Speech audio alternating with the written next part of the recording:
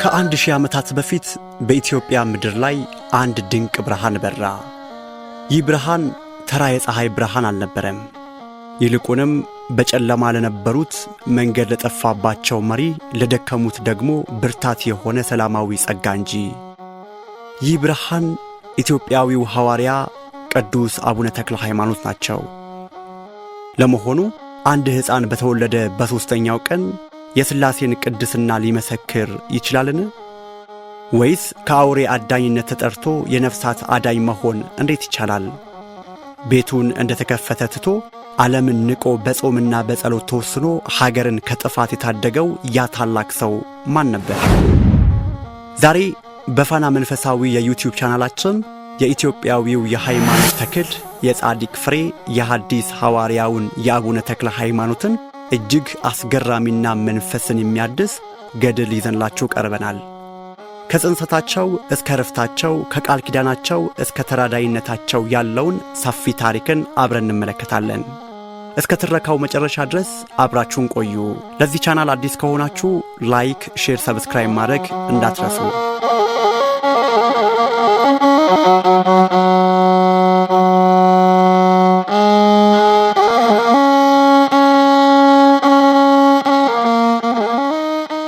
በስመ አብ ወወልድ ወመንፈስ ቅዱስ አሃዱ አምላክ አሜን።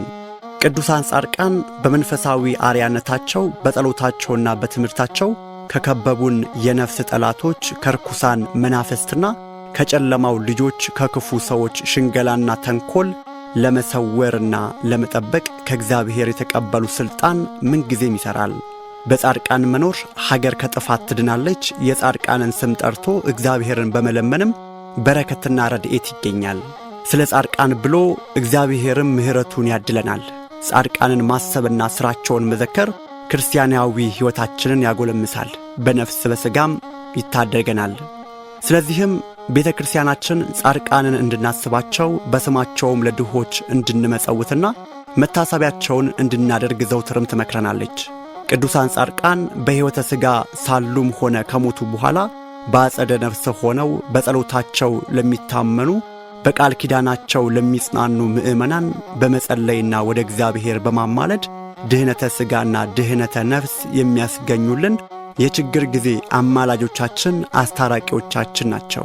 ከነዚህ ቅዱሳን መካከል ደግሞ ኢትዮጵያዊው ጻድቅ አቡነ ተክለ ሃይማኖት ግንባር ቀደሙ ናቸው። ተክል ማለት ፍሬያማ እንጨት፣ ዛፍ፣ ቅመም፣ ገነታዊ ዕፅ እንዲሁም ሕግና ሥርዓት ማለት ሲሆን ሃይማኖት ማለት ደግሞ በሐልወተ እግዚአብሔር የሁሉ አስገኚ መሆኑን በሥላሴ አንድነትና ሦስትነት ማመን ማለት ነው። በመሆኑም ተክለ ሃይማኖት የሚለው ሐረግ የሃይማኖት ተክል የጻድቅ ፍሬን ያፈራ ከኀጢአት ሐሩር ማምለጫ ዛፍ ምእመናንን በቃለ ወንጌል ያጣፈጠ ቅመም መዓዛ ሕይወቱ የሚማርክና የጻድቃን መጠለያ ዕፅ የሚል ትልቅ ትርጉም አለው። የዚህን ታላቅ አባት አመጣጥ ስንመለከት ደግሞ እጅግ አስደናቂ ነው። አቡነ ተክለ ሃይማኖት በእግዚአብሔር ድንቅ ጥበብና በሊቀ መላእክት ቅዱስ ሚካኤል ብስራት በኢትዮጵያ ምድር በሰሜን ሸዋ ሀገረ ስብከት ልዩ ስሙ ኢቲሳ በሚባል ቦታ ከአባታቸው ከካህኑ ጸጋ ዘአብና ከእናታቸው ከቅድስት እግዚአርያ መጋቢት 24 ቀን ተጸንሰው ታኅሳስ 24 ቀን በ1197 ዓ.ም ተወለዱ።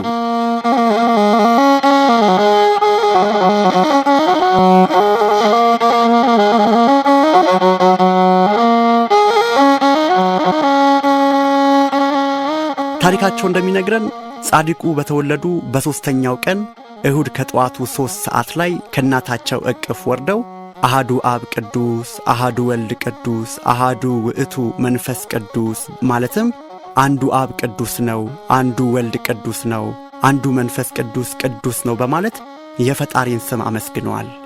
ወላጆቻቸው ያወጡላቸው ስም ፍስሐ ጽዮን የሚል ቢሆንም ተክለ ሃይማኖት የሚለውን ስም ግን መልአኩ ቅዱስ ሚካኤል ያወጣላቸው ሰማያዊ ስም ነው። የጻድቁ የጥሪ ጊዜም እጅግ የሚያስገርም ነበር። አንድ ቀን ወደ ጫካ ለአደን በሄዱበት ዕለት ጌታችን መድኃኒታችን ኢየሱስ ክርስቶስ ተገልጦላቸው ጸጋ መንፈስ ቅዱስን አሳደረባቸው። እንደዚሁም ሐዲስ ሐዋርያ ብሎ ወንጌል ወዳልተዳረሰበት ቦታ እንደሚልካቸውም ነገራቸው። ቅዱስ ሚካኤልም ከአውሬ አዳኝነት ሰውን ወደ እግዚአብሔር መንግሥት ለመመለስ እንደተመረጡና አጋንንትን የማውጣት ሥልጣን እንደተሰጣቸው ማስረዳቸው። ከዚህ በኋላም ጻድቁ ወደ ቤታቸው ተመልሰው ያላቸውን ንብረት ሁሉ ለቤተ ክርስቲያንና ለነዳያን ሰጥተው አቤቱ ጌታዬ ኢየሱስ ክርስቶስ ሆይ የመንግሥተ ሰማያትን በር ትከፍትልኝ ዘንድ እነሆ ቤቴን እንደተከፈተ ተውኩል በማለት ቤታቸውን ትተው ወንጌልን ለማስተማር ፈጥነው ወጡ። ከዛን ጊዜ ጀምረው በመላው ኢትዮጵያ የተዘዋወሩ ወንጌልን በመስበክና ተአምራትን በማድረግ ብዙ አሕዛብንም ከአምልኮተ ጣዖት ወደ አምልኮተ እግዚአብሔር ከገቢረ ኃጢአት ወደ ገቢረ ጽድቅ መልሰዋል።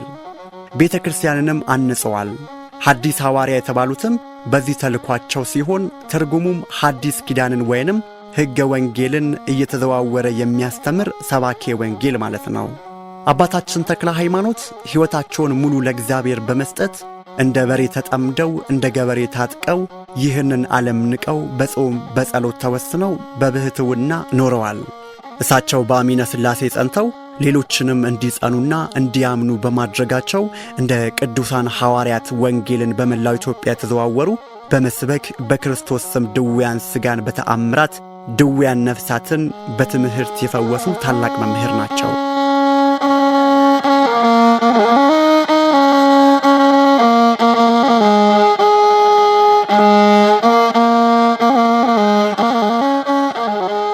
ቤተ ክርስቲያናችንም መለኮታዊ ቃል ኪዳኑን መሠረት አድርጋ መጋቢት 24 ቀን ጽንሰታቸውን፣ ታኅሳስ 24 ቀን ልደታቸውን፣ ጥር 24 ቀን ስባራ አጽማቸውን፣ ግንቦት 12 ቀን ፍልሰታ አጽማቸውን፣ ነሐሴ 24 ቀን ደግሞ ዕለተ ዕረፍታቸውን በመንፈሳዊ ሥርዓት በደስታ ታከብራለች።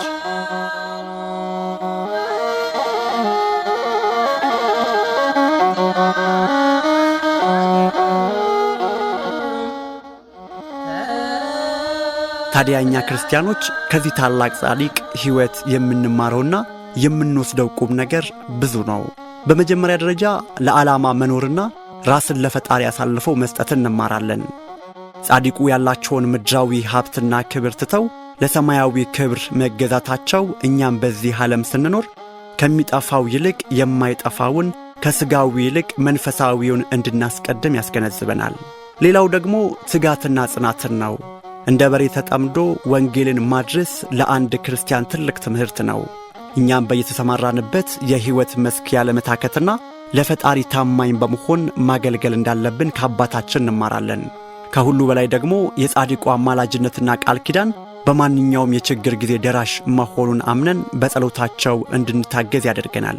ይህንን ታሪክ ከወደዱት ለወዳጅ ዘመዶ ያጋሩት። ለቻናላችን አዲስ ከሆኑ ደግሞ ሰብስክራይብ በማድረግ መንፈሳዊ ትምህርቶችን በየጊዜው ያግኙ።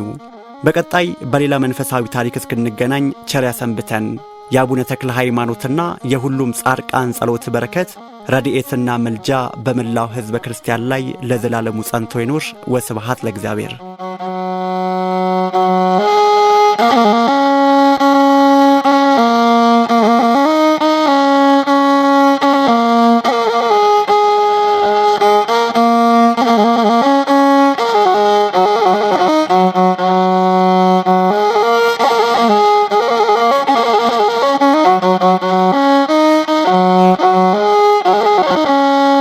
Oh